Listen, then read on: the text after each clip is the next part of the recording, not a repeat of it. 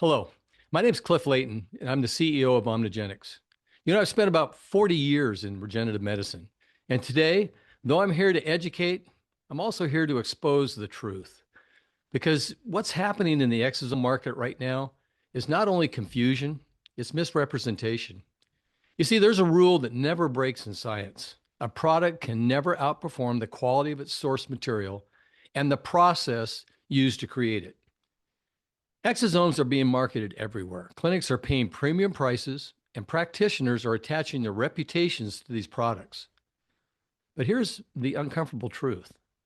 Many of the products being sold as exosomes are not verified exosomes at all. You see, in our case, we're not guessing, we're measuring.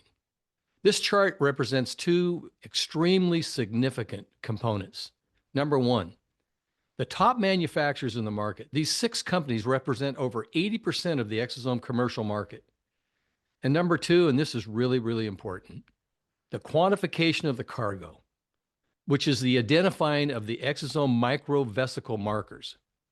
Think of it this way: having everything you need when you reach your destination to accomplish what you actually set out to do. These measurements are the quality checklist.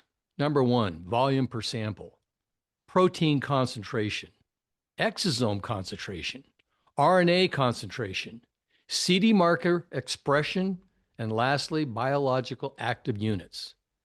You see, what we're looking at is not marketing material, it's lab analysis, standardized testing, same assays, same equipment, same thresholds. Let's start with the most basic question. Do these products actually contain exosomes? What's critical to understand is an exosome must meet specific criteria. You see, cargo must be present in measurable concentrations. You must be able to verify that the exosome actually has active RNA expression and certify the types of their concentration. So a very critical subpoint. The growth factors and proteins are great, but without that RNA expression, how does it actually know where to go? If there isn't RNA, technically it's not an exosome. In addition, it's very critical that it's cryopreserved, stored frozen to maintain these active components. In other words, if your product is room temperature or being reconstituted with saline, it doesn't have the active components to achieve what you paid for. It must have express defining surface markers, CD9, CD63, and CD81. And if those markers are not detected, the vesicle is not confirmed as an exosome. So let's go back to the chart. Look at protein concentration. Some products barely register. Exosome concentration. Several show ND, that's none detected. RNA concentration, measured by a cubic fluorometer, none detected across the board. And then when we look at CD markers, absent, not partial, absent, non-existent. And when biological activity is measured, the number that actually matters most, these products are registering zero. Zero biology, zero signaling, zero justification for the claims being made. None detected. Doesn't mean low. Doesn't mean suboptimal. It means it's not there. And if the defining components of an exosome are not detected, then calling it an exosome is not a scientific option. It's really just a marketing decision. You go back to the chart. Look at OmniGenix. It's the last column on the chart. Let's consider the OmniGenix validated concentrations. High protein content, prolific levels of messenger and microRNA, validated CD markers confirming the exosome, general biological activity surpassing all the other companies combined. You see, you might ask yourself, why does this gap exist? It's real simple. Source and process matters.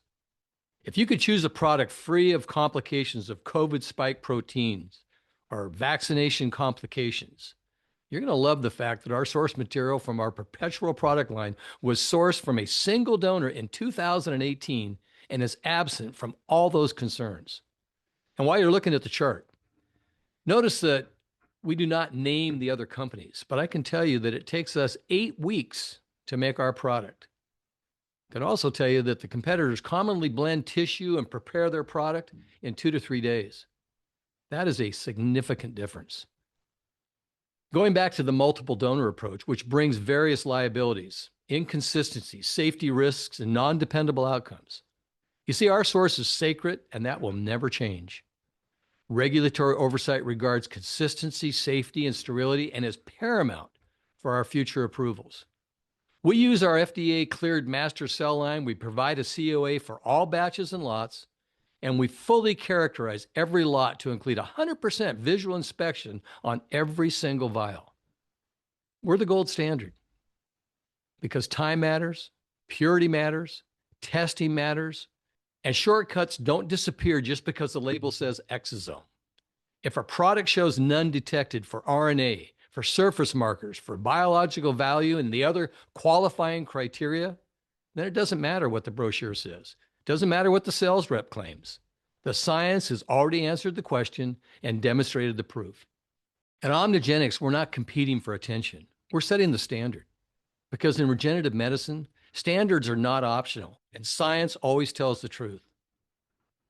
You know, today's topic has been exosomes. However, the pinnacle of regenerative medicine combines various therapies, exosomes, stem cells, and peptides.